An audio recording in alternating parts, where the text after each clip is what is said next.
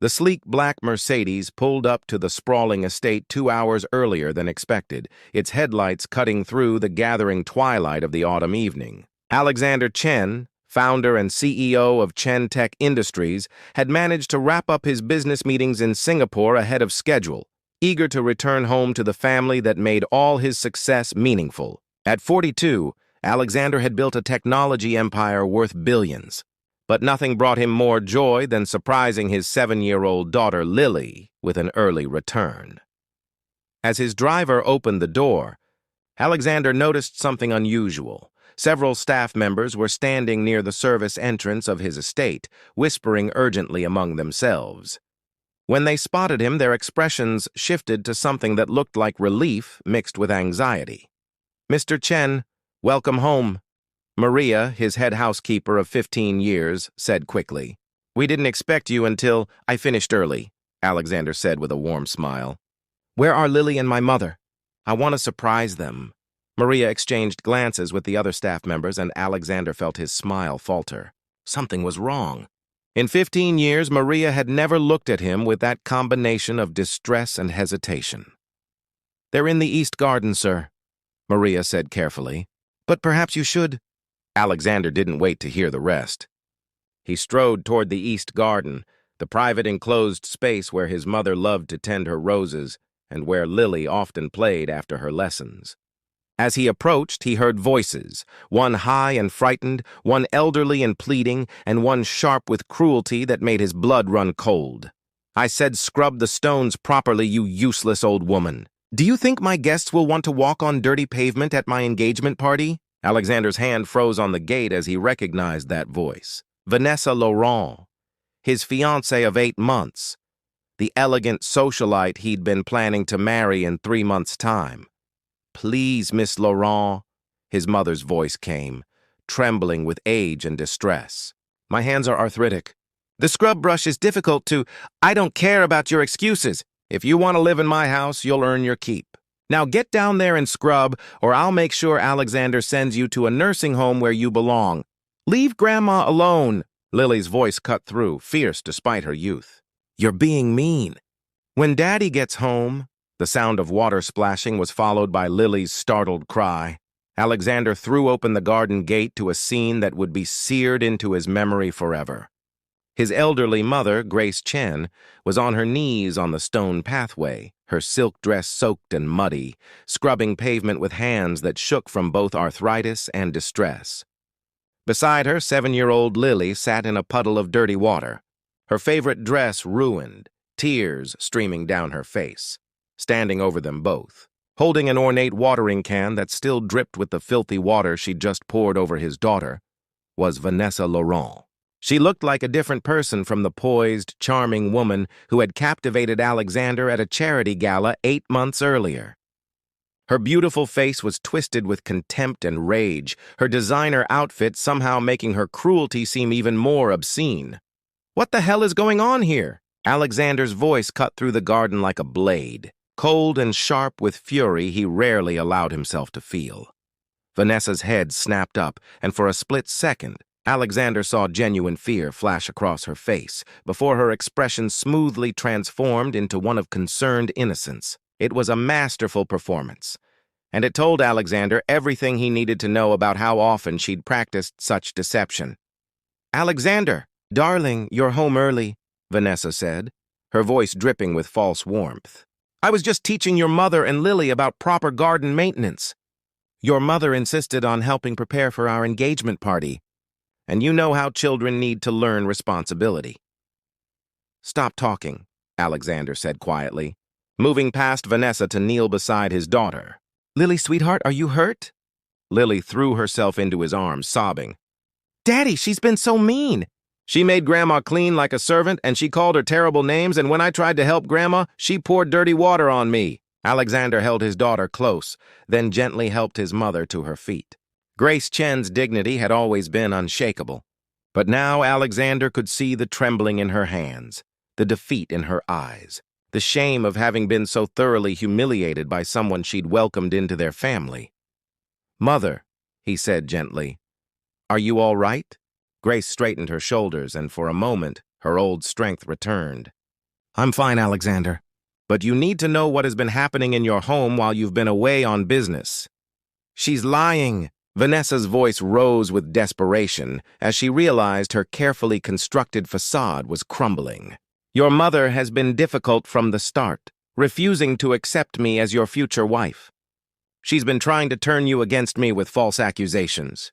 Is that why my staff are gathered at the service entrance looking relieved that I'm home? Alexander asked, his voice still deadly calm.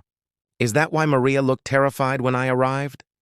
Were they all lying too? He stood, positioning himself between Vanessa and his family. How long has this been going on?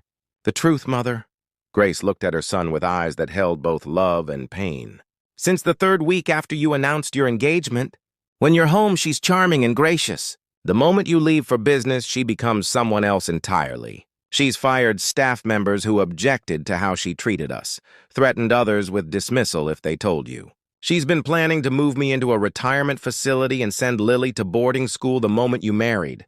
They're lies, Vanessa shrieked, her composure completely shattered now. I love you, Alexander. I've been nothing but kind to your family. Then explain why my daughter is covered in dirty water, Alexander said, his voice like ice. Explain why my mother, a woman who raised me alone after my father died, who taught me everything about honor and dignity, is on her knees scrubbing stones like a servant. Vanessa's face cycled through emotions. Panic, rage, calculation before settling on defiance. You want the truth? Fine. Your mother is an old woman who belongs in a care facility, not cluttering up this beautiful home with her outdated traditions and constant presence. Your daughter needs proper boarding school discipline, not your mother's coddling. I was going to make this house into something worthy of your status, Alexander. A home where we could entertain properly, without embarrassments. The casual cruelty in her voice, the complete absence of remorse, told Alexander everything he needed to know about the woman he'd almost married. Maria, Alexander called out, knowing his longtime housekeeper would be nearby. Please take my mother and daughter inside, help them get cleaned up, and make sure they're comfortable. I'll join them shortly. As Maria gently led Grace and Lily away, Alexander turned back to Vanessa. You have 30 minutes to pack your personal belongings and leave my property. Anything you receive from me, jewelry, credit cards, the car I bought you, will be left with security at the gate. My lawyers will contact you regarding the cancellation of our engagement. If you attempt to contact me, my mother, or my daughter ever again, I'll pursue legal action for harassment and emotional abuse. You're making a mistake, Vanessa hissed, her mask completely dropped now. I'm Vanessa Laurent. Do you know how many men would be grateful to have me? You're a tech nerd from immigrant parents who got lucky with a startup. I was doing you a favor by agreeing to marry you. Alexander felt a strange sense of peace settle over him. Then you've done me an even greater favor by showing me who you really are before we married. Get out of my home. After Vanessa stormed out, Alexander found his mother and daughter in the small sitting room where Grace kept her photographs and mementos. Lily was curled up next to her grandmother, both of them changed into comfortable clothes, looking small and vulnerable in a way that broke Alexander's heart. I'm so sorry, he said, kneeling before them. I should have seen what was happening. I should have protected you both. Grace cupped her son's face in her arthritic hands. You have nothing to apologize for, my son. She was skilled at deception, and you were blinded by loneliness. You've been alone since Lily's mother passed away, and you wanted to believe that someone could love you and accept our family. But I brought her into our home, Alexander said, his voice breaking. I gave her access to hurt the two people I love most in the world. Lily wrapped her small arms around her father's neck. You saved us, Daddy. You came home and you believed us and you made her go away. That's what matters. Over the next few weeks, Alexander learned the full extent of Vanessa's systematic cruelty. Staff members, no longer afraid, shared stories of her verbal abuse, her threats, her demands that they treat Grace as a servant rather than the matriarch of the household. She had been methodically isolating Grace and Lily, planning to remove them from Alexander's life entirely once they were married. Alexander's lawyers discovered that Vanessa had been the subject of similar accusations from two previous wealthy men she'd been engaged to, patterns of hidden cruelty followed by dramatic accusations of being misunderstood when confronted, but the most important discovery came from Lily's diary, which Grace found and gently shared with Alexander.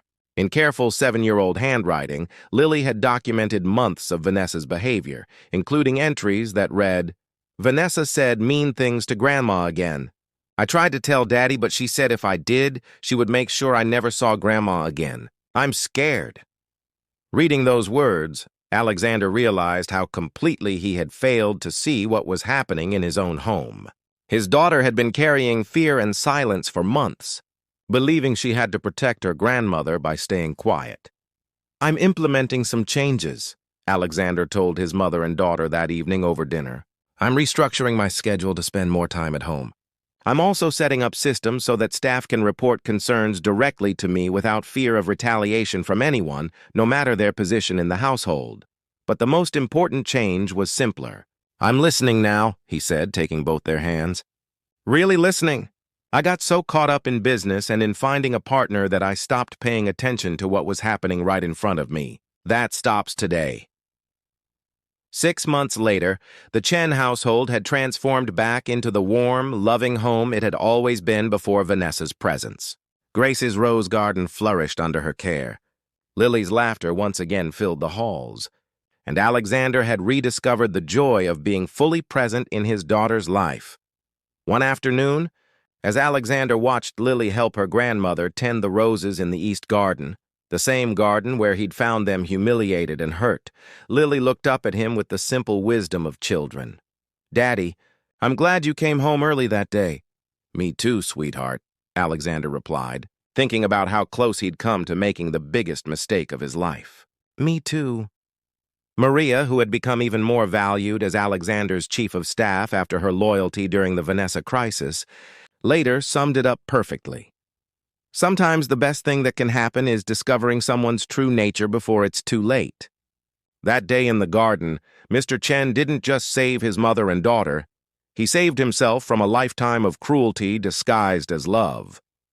Today, Alexander remains focused on his family and his work, taking his time with relationships and never again dismissing the quiet concerns of the people who know him best. Grace continues to be the heart of their home, her dignity restored and her roses more beautiful than ever. And Lily, now a confident teenager, often tells the story of the day her father arrived home early, and proved that sometimes the most important business decision is recognizing what truly matters. The East Garden remains the family's favorite gathering place, but now it represents something different. Not the scene of cruelty, but the place where truth revealed itself, where love proved stronger than deception, and where a family learned that vigilance, communication, and trust are the true foundations of any home worth having.